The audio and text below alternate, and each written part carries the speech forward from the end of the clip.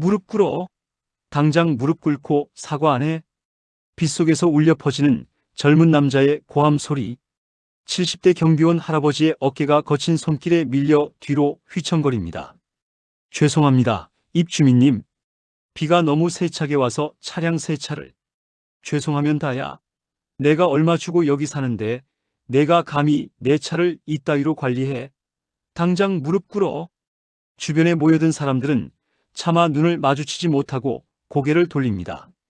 누구 하나 나서지 못합니다. 그저 안타까운 눈빛으로 지켜볼 뿐입니다. 그런데 바로 그 순간 무릎을 꿇으려던 경비원 할아버지가 천천히 품속에서 낡은 수첩 하나를 꺼내듭니다. 비에 젖지 않게 비닐로 감싼 그 수첩을 펼치며 그는 평생 범죄자들을 상대해온 사람만이 낼 수 있는 차분하면서도 날카로운 목소리로 말합니다. 자네, 7년 전 강남 연쇄 부동산 사기 사건으로 3년 복역했던 김진수 맞지? 순간 갑질 남자의 얼굴이 새하얗게 변합니다. 그리고 5분 후 이 고급 아파트 단지에는 경찰 사이렌 소리가 울려 퍼지기 시작하는데요. 평범한 경비원 할아버지의 진짜 정체는 과연 무엇이었을까요? 오늘의 이야기 지금 바로 시작합니다.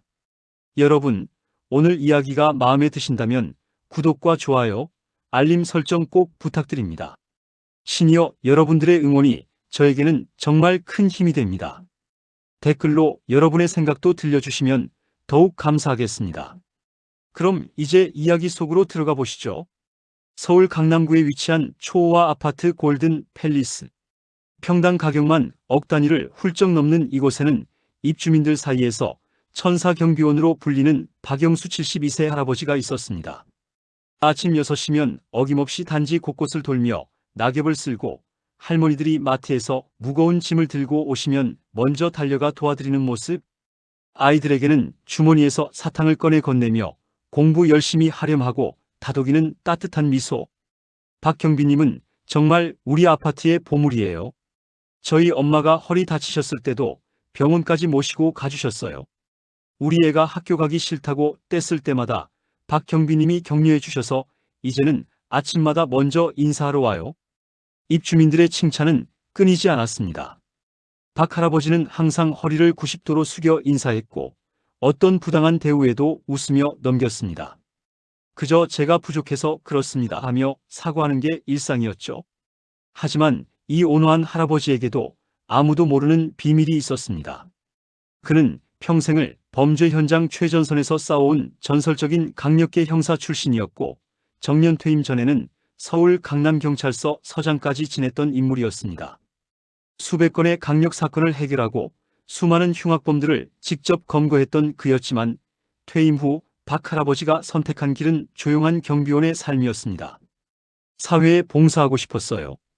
배지를 떼고 나니 오히려 사람들 가까이에서 도울 수 있겠더라고요. 그리고 몸을 움직이지 않으면 금방 늙는다는 걸 아니까요. 박 할아버지는 신분을 철저히 숨긴 채 경비 일을 시작했습니다. 이력서에도 단지 회사원 출신이라고만 적었죠. 하지만 이 평화로운 아파트에도 골칫거리는 있었습니다. 바로 502동 2301호에 사는 김태준 35세. 고급 수입차를 몰고 다니며 자신을 젊은 사업가라 소개하는 그는 아파트에서 가장 악명 높은 갑질 전문가였습니다. 야, 내 차에 먼지 앉았어. 당장 닦아. 경비 아저씨, 택배 좀 올려놔. 뭐, 규정상 안 된다고. 내가 낸 관리비로 내 월급 나오는 거 알아? 오늘 주차 자리 마음에 안 드는데 다른 데로 옮겨놔. 태준의 갑질은 하루가 멀다 하고 반복됐습니다. 특히 박 할아버지를 유독 심하게 대했죠. 저 늙은이 딱 봐도 무식하게 생겼어. 부려먹기 딱 좋아. 태준은 친구들과 통화할 때면 박 할아버지를 놀림감 삼아 이야기하곤 했습니다. 사실 박 할아버지는 첫날부터 태준의 이상한 점들을 눈치채고 있었습니다. 저 젊은이 팔뚝에 문신, 조직폭력배들이 새기는 문양이야. 그리고 차량 번호판이 자주 바뀌는 것도 수상하고. 하지만 확실한 증거가 없었기에 박 할아버지는 관찰만 하며 기다렸습니다. 평소처럼 허허 웃으며 태준의 갑질을 견뎌냈죠. 아직 젊으니까 철이 없는 거겠지. 시간이 지나면 달라질 거야. 그렇게 6개월이 흘렀습니다. 하지만 태준의 행동은 나아지기는커녕 점점 더 선을 넘기 시작했습니다. 박경비, 오늘 내 기분 별로야. 내 앞에서 꺼져. 내 얼굴 보기 싫거든. 뭐, 주차 구역 아니라고. 내가 여기 세우고 싶으니까 세우는 거야. 내가 뭔데 간섭해? 입주민들도 태준의 행동에 혀를 찼지만 젊고 힘있어 보이는 그를 감히 나무라는 사람은 없었습니다. 그저 박 할아버지에게 미안한 눈빛만 보낼 뿐이었죠. 박경비님, 괜찮으세요? 저 사람 너무 심한 것 같아요. 아유, 괜찮습니다. 제가 좀 더 잘하면 되죠. 하. 박 할아버지는 언제나 그렇게 웃으며 넘겼습니다. 하지만 그의 낡은 수첩에는 태준에 관한 기록이 하나둘씩 늘어나고 있었습니다. 그해 6월 장마철이 시작된 어느 금요일 밤, 하늘은 마치 구멍이 뚫린 듯 폭우를 쏟아냈고 천둥 번개가 요란하게 아파트 단지를 흔들었습니다. 밤 11시 30분경 술에 취한 태준이 비틀거리며 아파트 정문으로 들어왔습니다. 그의 고급 수입차는 평소처럼 지하 주차장이 아닌 지상 1층 소방차 전용 구역 앞에 멈춰 섰습니다. 당직 중이던 박 할아버지가 우산을 쓰고 달려갔습니다. 입주민님, 죄송하지만 여기는 소방 전용 구역이라 주차하시면 안 됩니다. 혹시 모를 화재 시 소방차 진입로를 막으면 큰일이 나거든요. 지하 2층으로 안내해 드리겠습니다. 박 할아버지의 정중한 목소리. 하지만 술 냄새를 풍기던 태준은 차에서 내리더니 갑자기 박 할아버지의 멱살을 잡아챘습니다. 뭐, 내가 지금 나한테 명령하는 거야? 아닙니다, 입주민님. 이건 규정이고요. 다른 입주민 분들의 안전을 위해서. 안전? 그게 나랑 무슨 상관이야? 내가 낸 관리비로 내가 월급 받는 거 알아, 몰라? 태준의 목소리가 점점 커졌습니다. 주변 동에서 불이 하나둘 켜지기 시작했고 창문 너머로 사람들이 내다보기 시작했습니다. 입주민님, 진정하시고요. 제가 직접 차를 옮겨드릴 테니. 닥쳐. 내가 감히 내 차를 만져. 그 순간이었습니다. 태준이 박 할아버지의 가슴팍을 거칠게 밀쳤고 72세 노인은 균형을 잃고 빗물 꼬인 웅덩이에 그대로 넘어지고 말았습니다. 철퍼덕. 박 할아버지의 깨끗했던 경비복이 순식간에 진흙범벅이 됐습니다. 어머, 저게 무슨 짓이야? 너무하네, 정말. 2층, 3층 베란다에서 입주민들의 놀란 목소리가 터져나왔습니다. 하지만 아무도 내려오지는 않았습니다. 그저 안타까워하며 지켜볼 뿐이었죠. 무릎 꿇어. 구경꾼들이 모이자 태준은 오히려 더 기고만장해졌습니다. 야, 다들 잘 봐. 이게 규칙도 모르고 나한테 대드는 늙은이의 꼴이야. 태준은 박 할아버지를 내려다보며 비웃었습니다. 억울해? 억울하면 경찰에 신고하든가. 아, 참. 너 같은 노인네 말은 경찰도 안 들어주겠지? 뭐, 70 넘은 할아버지가 술 취한 젊은이한테 맞았다고? 증거는? 여기 CCTV도 각도가 애매한데? 태준의 말에 주변이 조용해졌습니다. 사실이었으니까요. CCTV 사각지대였고 비 내리는 밤이라 목격자들도 정확히 보지 못했습니다. 자, 그럼 이렇게 하자. 노인네. 태준이 박 할아버지 앞에 쪼그리고 앉으며 말했습니다. 당장 여기서 무릎 꿇고 빌어. 제가 잘못했습니다, 입주민님. 다음부터는 조심하겠습니다 하고 3번 말해. 그럼 오늘 일은 넘어가 줄게. 세탁비도 안 받고. 박 할아버지는 묵묵히 진흙바닥에서 일어났습니다. 비에 젖은 머리카락 사이로 물방울이 뚝뚝 떨어졌습니다. 어이 할배. 못 들었어? 무릎 꿇으라고. 태준이 손가락으로 땅을 가리키며 소리쳤습니다. 그 순간 박 할아버지의 눈빛이 변했습니다.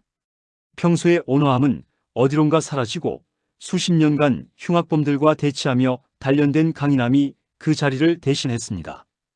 그는 천천히 경비복 안주머니 깊숙한 곳에서 비닐로 여러 번 감싼 낡은 수첩 하나를 꺼냈습니다.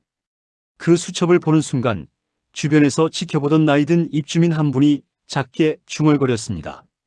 저건 형사들이 쓰는 수첩 아닌가? 태준아.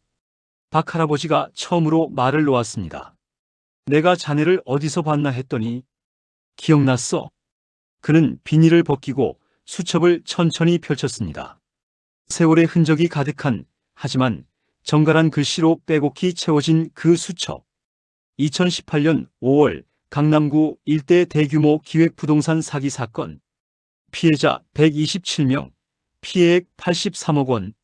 주범 김진수, 당시 28세. 수첩을 읽는 박 할아버지의 목소리는 차분했지만 그 안에는 수십 년 현장을 지켜온 베테랑의 무게감이 실려 있었습니다. 뭐야? 당신이 그걸 어떻게 알아?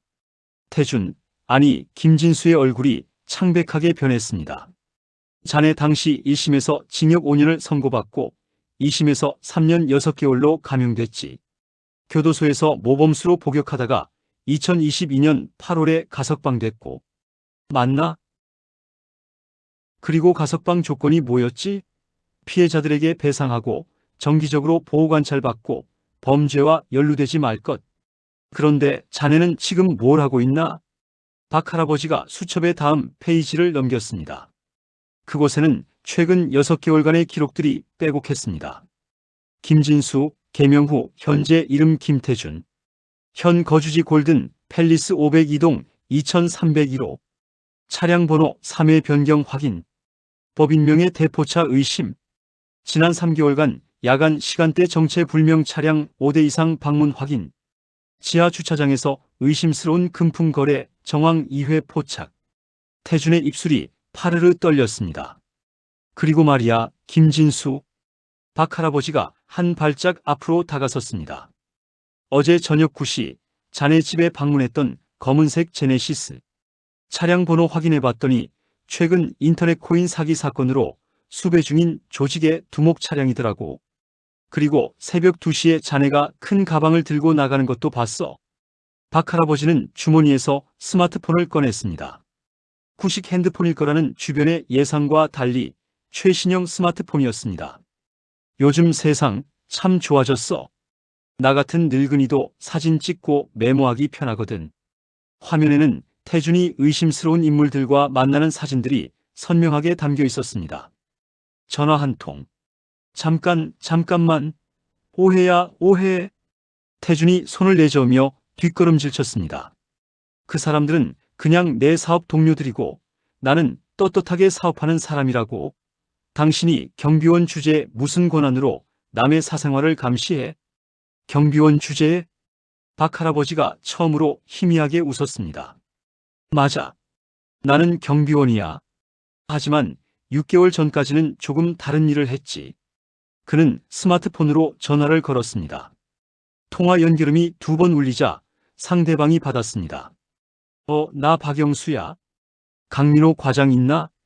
전화기 너머에서 놀란 목소리가 들려왔습니다. 서장님? 서장님 맞으십니까? 그래, 나야. 지금 골든 팰리스 정문으로 애들 좀 보내봐. 그리고 2018년 강남 기획부동산 사기 사건 기억하지? 그때 주범이었던 김진수. 지금 내 앞에서 파닥거리고 있네. 네? 김진수요? 그 친구 가석방 후에 종종 묘연했는데요. 여기 있어. 아파트 입주민으로 위장하고 있더라고. 아마 또 사고 치고 있을 거야. 수배 전산 한번 확인해봐. 알겠습니다. 바로 출동하겠습니다. 박 할아버지가 전화를 끊자 주변은 완전히 조용해졌습니다. 서장님이라고? 한 입주민이 떨리는 목소리로 물었습니다. 예전 일입니다. 지금은 그냥 경비원 박영수입니다. 박 할아버지가 태준을 향해 다시 눈을 돌렸습니다. 김진수, 아니 태준아. 자네 계속 내가 그냥 무식한 늙은이인 줄 알았지? 사실은 내가 자네를 6개월 동안 관찰해왔어. 처음 이사 왔을 때부터 수상했거든. 걸음걸이, 말투, 행동 하나하나가 과거 조직 생활했던 사람 특유의 습관을 보였어. 태준은 이제 완전히 얼어붙었습니다. 그리고 자네 팔뚝 문신. 셔츠 소매 사이로 보이던 그 문양, 동대문 쪽 조직 문신이지? 10년 전에 해체된 조직이긴 하지만 나는 그걸 알아봤어. 태준은 코숨을 치려 했지만 목소리는 이미 떨리고 있었습니다. 하하이고. 정말 웃기네. 경비서장? 미친 노인네가 영화를 너무 많이 봤나 봐. 다들 들었죠? 이 할아버지 정신이 좀. 하지만 그의 말이 끝나기도 전에 우웅 멀리서 사이렌 소리가 들려오기 시작했습니다. 처음에는 하나, 그 다음엔 둘, 셋. 5분도 채 지나지 않아 골든 팰리스 정문 앞에는 경찰 순찰차 5대와 형사 기동대 차량 2대가 줄지어 섰습니다. 차에서 내린 수십 명의 경찰관들. 그리고 그들이 가장 먼저 한 행동은 차렷, 경례. 일제히 박 할아버지를 향해 거수 경례를 했습니다. 서장님, 오랜만에 뵙습니다. 40대 중반으로 보이는 형사과장이 달려왔습니다. 그의 얼굴에는 반가움과 놀람, 그리고 분노가 교차했습니다. 서장님, 연락받고 깜짝 놀랐습니다. 여기서 뭐하고 계신? 서장님, 옷이 왜 이래요? 누가 감히? 그의 눈이 태준에게로 향했고 순식간에 얼어붙었습니다. 내가 감히 우리 서장님한테 손을 댔어? 아니. 이건 오해. 오해? 현직 경찰관들이 직접 출동했는데 오해? 형사과장이 부하 직원들에게 손짓했습니다. 김진수 신원 확인, 그리고 수배 전산 조회. 네, 확인 중입니다. 젊은 형사가 노트북으로 빠르게 타이핑하더니 놀란 표정으로 외쳤습니다. 과장님, 김진수 현재 특수사기 및 전자금융거래법 위반으로 지명수배 중입니다. 피해액만 150억 원 추정. 주변에 모였던 입주민들이 일제히 숨을 들이켰습니다. 가면 뒤에 진실. 뭐라고? 지명수배자? 우리 아파트에 그런 사람이 살고 있었다고? 입주민들의 술렁임 속에서 형사과장이 태준 앞으로 다가갔습니다. 김진수, 너 2022년 가석방 이후 행방을 감춘 줄 알았는데 여기 숨어 있었구나. 신분 세탁하고 호화 아파트에 들어와서 또 사기 조직 운영하고 있었지? 태준의 얼굴에서 핏기가 완전히 사라졌습니다. 최근 3개월간 발생한 코인 투자 사기 사건 내 짓이었어. 우리가 계속 추적 중이었는데 서장님이 위치를 정확히 잡아주셨네. 어떻게 알았어? 내가 너무 튀었어, 김진수. 가석방자가 어떻게 이런 고급 아파트에 살아? 수입차는 또 어떻고? 우리가 이미 의심하고 있었지만 증거가 부족했거든.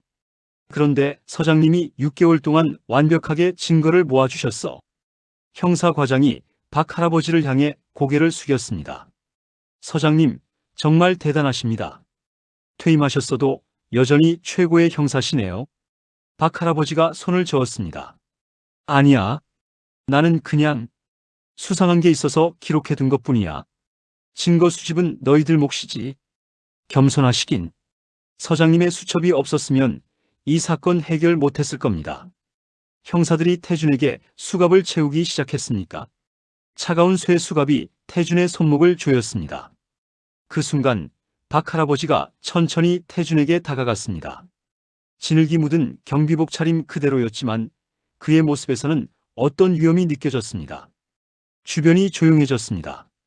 형사들도 입주민들도 모두가 숨을 죽이고 이 장면을 지켜봤습니다. 박 할아버지는 수갑이 채워진 태준의 귓가에 입을 가까이 대고 아주 조용하지만 또렷하게 말했습니다. 태준아. 아니, 진수야. 그의 목소리에는 분노도 승리감도 없었습니다. 그저 깊은 안타까움만이 묻어났습니다. 남의 눈에 피눈물 흘리게 하고 비싼 차 타고 다니면 행복할 줄 알았냐? 돈으로 사람들 무시하고 약한 사람들 짓밟으면 성공한 거라고 생각했어? 태준의 어깨가 미세하게 떨렸습니다. 내가 무시했던 그 경비원 무릎은 굽힐 수 있어. 나이 들고 힘없는 노인은 무릎 꿇을 수도 있지. 하지만 말이야. 박 할아버지의 목소리에 힘이 실렸습니다. 법의 정의는 절대 안 굽혀져. 그리고 사람의 존엄성도 마찬가지야. 내가 밟으려 했던 건 늙은 경비원이 아니라 인간의 존엄성 그 자체였어. 태준이 고개를 들어 박 할아버지를 바라봤습니다. 그의 눈에는 처음으로 진심 어린 후회가 어려 있었습니다. 교도소에서 다시 시작할 기회가 생기면 그때는 진짜 사람답게 살아봐. 돈이나 지위가 아니라 다른 사람을 존중하는 마음으로 말이야. 박 할아버지가 물러서자 형사들이 태준을 호송차로 이끌었습니다. 끌려가는 태준이 뒤를 돌아봤을 때 박 할아버지는 여전히 그 자리에 서서 그를 바라보고 있었습니다. 다음 날 아침 해가 떠오르고 골든 팰리스 아파트는 평소처럼 하루를 시작했습니다. 하지만 한 가지 달라진 것이 있었습니다. 아침 7시 깨끗이 빨아 다림질한 경비복을 입은 박 할아버지가 평소처럼 단지 곳곳을 돌며 낙엽을 쓸고 있었습니다. 박 서장님, 안녕하십니까? 어제 정말 수고 많으셨습니다. 존경합니다, 서장님. 출근하는 입주민들이 저마다 인사를 건넸습니다. 어제와는 완전히 달라진 모습이었죠. 하지만 박 할아버지는 평소처럼 허리를 90도로 숙여 인사했습니다. 아니에요. 좋은 아침입니다, 입주민님. 그의 태도는 변하지 않았습니다.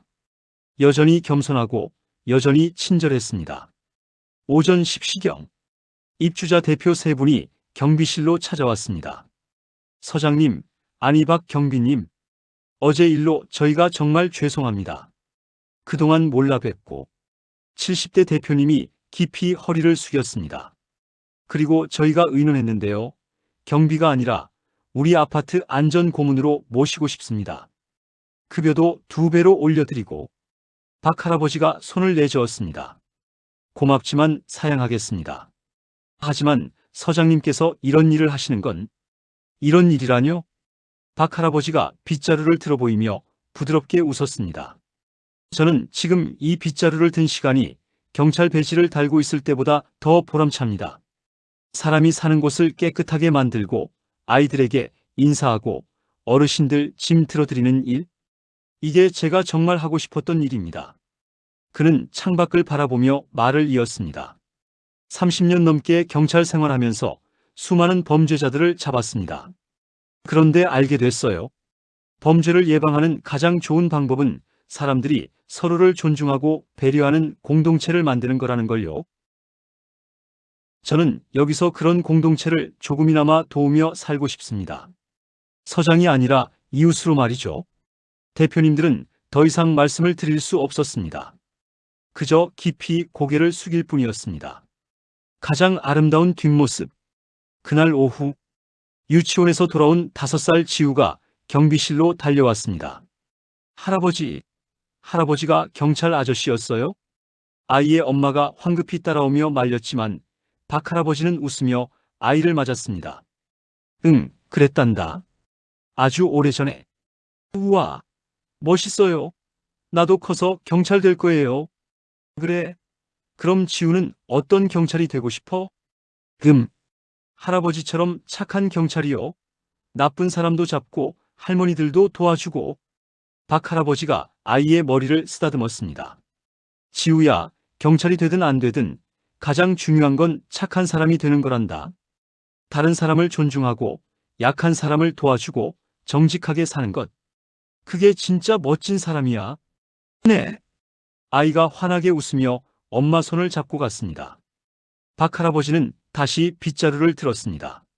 오후에 햇살이 따스하게 내리쬐는 가운데 그는 묵묵히 자신의 일을 계속했습니다. 낙엽을 쓸고 화단을 정리하고 지나가는 사람들에게 인사하고 502동 2301호 베란다에는 아직도 경찰 차량이 증거 수집을 위해 남아 있었습니다. 태준이 살던 그 집. 박 할아버지는 잠시 그곳을 바라봤습니다. 철이 들었으면 좋겠구나. 늦었지만 다시 시작할 수 있기를. 그의 얼굴에는 여전히 안타까움이 어려 있었습니다. 승리감이나 자랑스러움이 아니라 그저 한 젊은이의 인생이 안타까울 뿐이었습니다. 저녁 6시. 퇴근 시간이 되자 입주민들이 하나둘 귀가하기 시작했습니다. 박경비님, 수고하셨습니다. 좋은 저녁 되세요, 서장. 아니, 박경비님, 내일 뵙겠습니다. 모두들 예전보다 훨씬 정중하게 인사했습니다. 하지만 박 할아버지의 태도는 변함없었습니다. 밤 10시. 야간 근무자에게 업무를 인계하고 박 할아버지는 조용히 아파트를 나섰습니다. 버스 정류장으로 향하는 그의 뒷모습. 낡은 가방을 맨 72세 노인의 모습이었지만 그 누구보다 당당하고 빛나 보였습니다. 가장 낮은 곳에서 가장 높은 정의를 실천한 사람. 화려한 배지나 권력이 아니라 빗자루와 수첩으로 세상을 지키는 사람. 그가 바로 진정한 영웅이었습니다. 3개월 후, 그로부터 3개월이 지났습니다. 골든 팰리스 아파트에는 작은 변화들이 생겼습니다. 경비원들을 대하는 입주민들의 태도가 달라졌습니다. 더 이상 함부로 대하는 사람이 없어졌죠. 아이들은 경비실을 지날 때마다 크게 인사했고, 할머니들은 경비원들에게 직접 만든 음식을 나눠주곤 했습니다. 그리고 박 할아버지의 수첩 덕분에 검거된 사기 조직은 완전히 해체되었고 150억 원의 피해금 중 상당 부분이 피해자들에게 돌아갔습니다. 교도소에 수감된 태주는 모범수로 복역 중이라고 합니다. 면회 온 변호사에게 이런 말을 남겼다고 하네요. 감옥에 오기 전 제 인생에서 가장 소중한 가르침을 받았습니다. 한 경비원 할아버지에게서요. 이제야 알겠어요. 진짜 성공이 뭔지. 어느 토요일 오후, 박 할아버지는 평소처럼 아파트 단지 벤치에 앉아 수첩에 무언가를 적고 있었습니다. 더 이상 범죄자들의 기록이 아니었습니다. 오늘 도움이 필요해 보이는 입주민 304호 할머니 마이너스 허리가 안 좋아 보임. 다음 주 장보기 도와드릴 것. 주의사항 502동 화단에 잡초 많음. 주말에 정리할 것. 기억할 일 다음 주 화요일 지우 생일 작은 선물 준비하기. 수첩 마지막 페이지에는 이런 글귀가 적혀 있었습니다. 가장 낮은 곳에서 섬기는 것이 가장 높은 곳에서 다스리는 것보다 아름답다. 진정한 영웅은 빛나는 배지가 아니라 빛나는 마음을 가진 사람이다. 석양이 지는 아파트 단지. 경비복을 입은 한 노인이 빗자루를 들고 천천히 걸어갑니다. 그의 뒷모습은 그 어떤 명품 아파트보다, 그 어떤 고급 자동차보다, 그 어떤 화려한 직함보다 아름답게 빛나고 있었습니다.